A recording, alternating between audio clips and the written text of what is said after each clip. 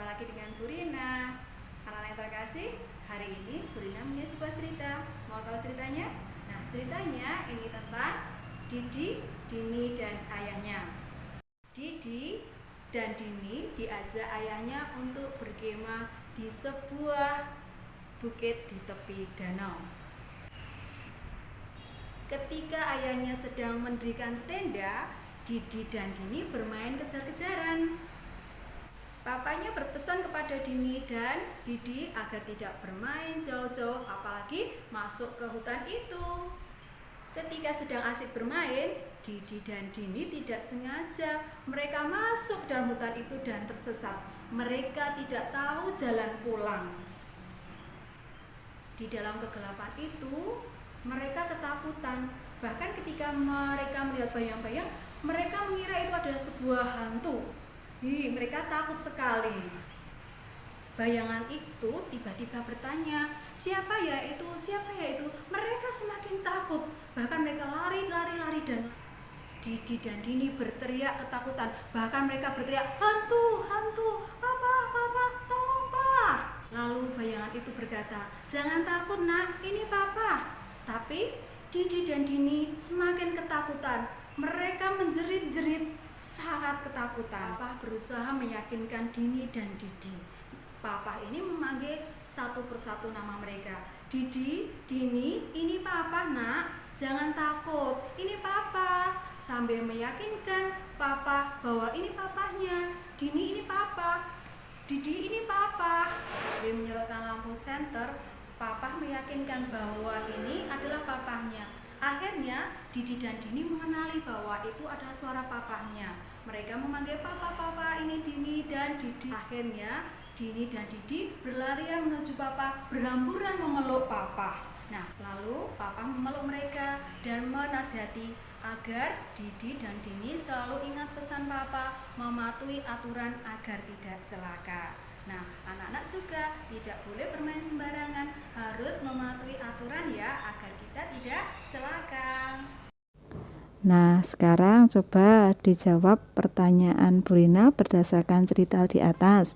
Bagaimana Papa menyapa mereka? Iya, Papa mengatakan, jangan takut, ini Papa. Bagaimana reaksi Didi dan Dini pertama kali? Mereka menjerit ketakutan.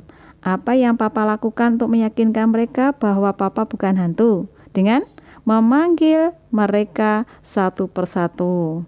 Lalu pesan apa yang pernah Papa sampaikan kepada Didi dan Dini? Agar tidak bermain jauh masuk hutan di bukit dekat danau. Nah, pernahkah kamu ragukan kehadiran Tuhan? Apa yang kamu ragukan? Bagaimana Tuhan menolongmu?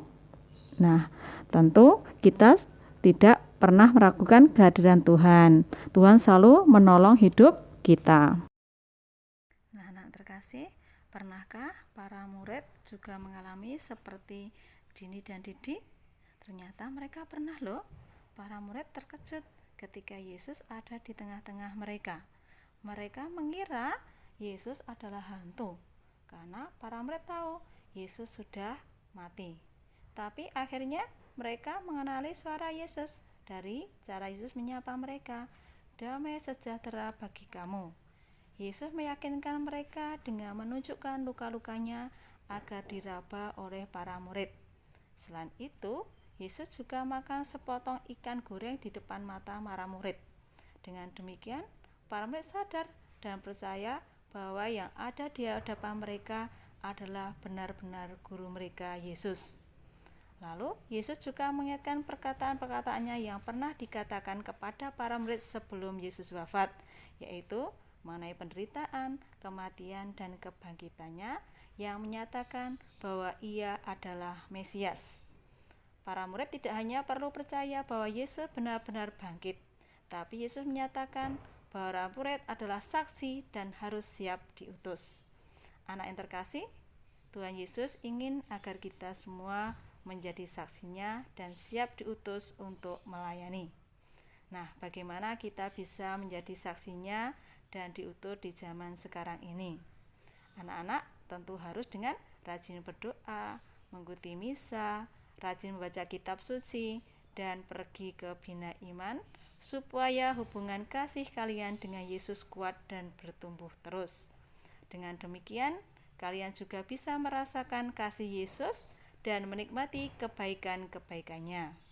Sebagai rasa syukur, anak-anak bisa membagikan kasih dan pengampunan Yesus itu kepada semua orang, yaitu dengan menolong teman, belajar membantu pekerjaan orang tua di rumah, pekerjaan-pekerjaan lainnya. Dengan demikian, orang lain bisa melihat Yesus ada dalam diri kita. Demikian, anak yang terkasih sudah menjadi saksi Kristus dan menjadi utusannya. Anak-anak yang terkasih, ayo kita bersama-sama senantiasa berusaha untuk menjadi saksi dan utusan Kristus dengan melakukan perbuatan-perbuatan yang baik.